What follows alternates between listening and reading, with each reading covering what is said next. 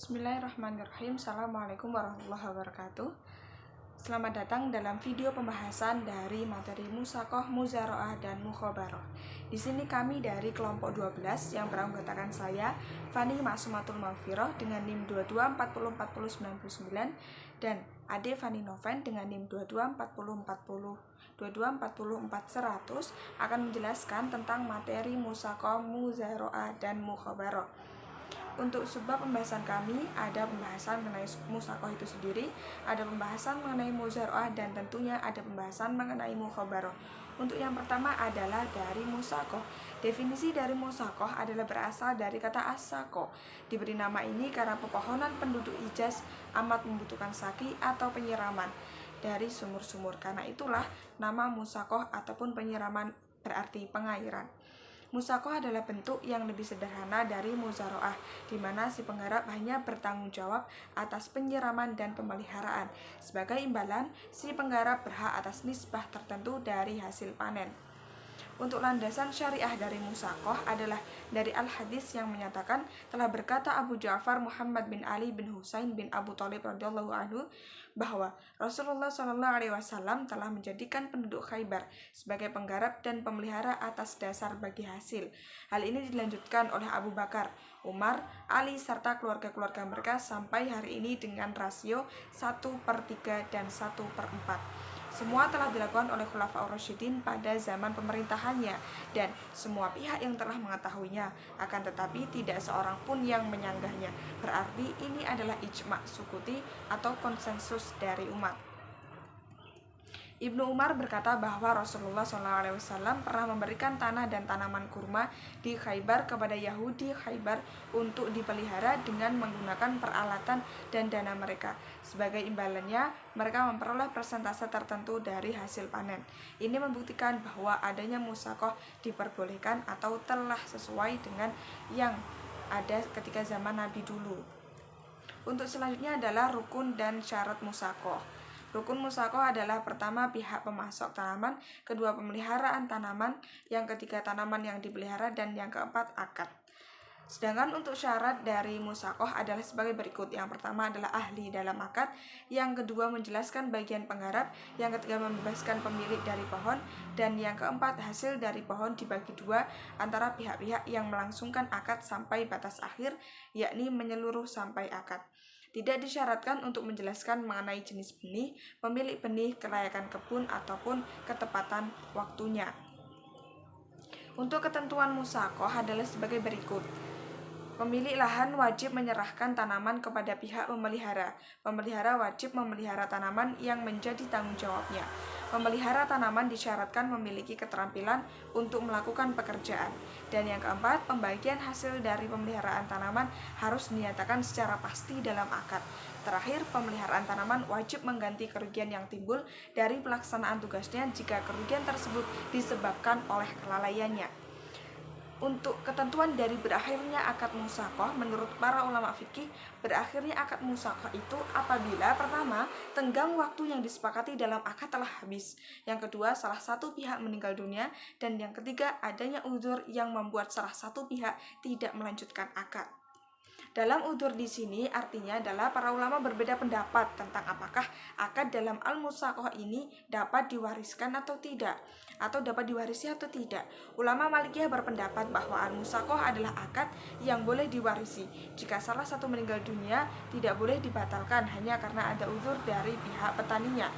Untuk ulama Syafi'iyah berpendapat bahwa akad al-Musaqah tidak boleh dibatalkan meskipun ada udzur, dan apabila petani penggarap mempunyai halangan, maka wajib petani penggarap itu penunjuk salah satu atau salah seorang untuk melanjutkan pekerjaan itu. Ulama berbeda lagi untuk ulama Hanbaliyah berpendapat bahwa akad al-Musaqah sama dengan akad al-Muzara'ah, yaitu akad yang tidak mengikat bagi kedua belah pihak.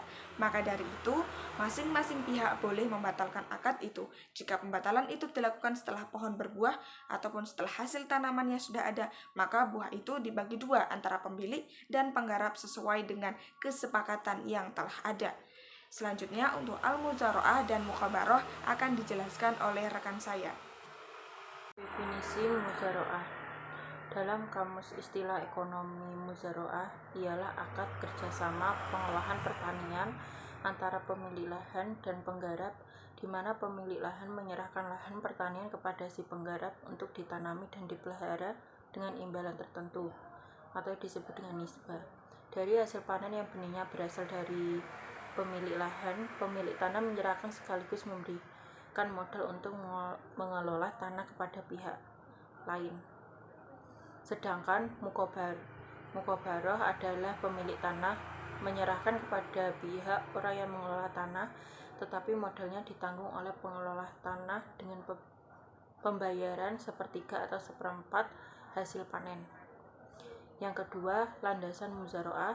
Yang pertama, al-hadis, diriwayatkan dari Ibnu Umar bahwa Rasulullah SAW pernah memberikan tanah Khaybar kepada penduduknya waktu itu untuk mereka masih Yahudi, untuk digarap dengan imbalan pembagian hasil buah-buahan dan tanaman. Yang berikutnya, yang ijma. Bukhari mengatakan bahwa telah berkata Abu Ja'far, tidak ada satu rumah pun di Madinah kecuali penghuninya mengelola tanah secara muzaraah dengan pembagian sepertiga dan seperempat.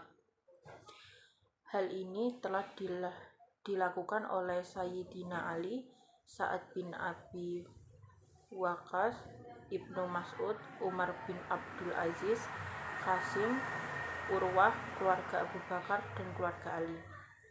Yang berikutnya, rukun dan syarat muzaraah. Ulama Hanafiyah berpendapat bahwa rukun muzaraah adalah ijab qabul yang menunjukkan keridhaan di antara keduanya, dan secara rinci yaitu yang pertama tanah, kedua perbuatan pekerja, yang ketiga modal, yang keempat alat-alat untuk menanam.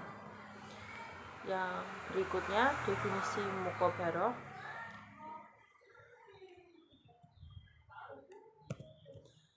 Dalam kamus mukobaroh ialah kerjasama penggolongan pertanian antara lahan dan penggarap, di mana pemilik lahan memberikan lahan pertanian kepada si penggarap untuk ditanami dan dipelihara dengan imbalan tertentu atau persentase dari hasil panen yang benihnya berasal dari penggarap. Bentuk kerjasama antara pemilik tanah dan penggarap dengan perjanjian bahwa hasilnya akan dibagi menurut kesepakatan biaya dan benihnya dari pemilik tanah. Yang berikutnya, landasan hukum mukobaroh. Sebagian besar ulama melarang paroan tanah semacam ini. Mereka beralasan pada beberapa hadis yang melarang paronan tersebut. Hadis itu ada dalam kitab hadis Bukhari dan Muslim. Di antaranya Rafi bin Qocid berkata, di antara Ansar yang paling banyak mempunyai tanah adalah kami, maka kami persewakan sebagian tanah untuk kami dan sebagian untuk mereka yang mengerjakannya. Kadang-kadang sebagian tanah itu berhasil baik dan yang lain tidak berhasil. Oleh karena itu Rasulullah SAW melarang paronan dengan cara demikian. Hadis riwayat Bukhari. Rukun dan syarat. Rukun mukobaroh menurut jumhur ulama diantaranya yang pertama pemilik tanah, yang kedua petani atau penggarap, yang ketiga objek mukobaroh, yang keempat ijab dan qabul, keduanya secara lisan. Adapun syarat dalam mukobaroh diantaranya yang pertama pemilik kebun dan penggarap harus orang yang balik dan berakal. Yang kedua, benih yang akan ditanam harus jelas dan menghasilkan. Yang ketiga, lahan yang menghasilkan jelas batas-batasnya dan diserahkan sepenuhnya kepada penggarap. Pembagian untuk masing-masing harus jelas penentuannya. Yang keempat, jangka waktu harus jelas menurut kebiasaan. Berikutnya, berakhirnya akad muzaraah dan mukobaroh. Yang pertama, habis masa muzaraah dan mukobaroh. Yang kedua, salah seorang yang akad meninggal. Yang ketiga, adanya uzur. Menurut ulama Hanafiyah, di antaranya uzur yang menyebabkan batalnya muzaraah antara lain. Yang pertama, tanah garapan terpaksa dijual misalnya untuk membayar hutang. Kedua, penggarapan tidak dapat mengelola tanah misalnya sakit, jihad di jalan Allah dan lain-lain.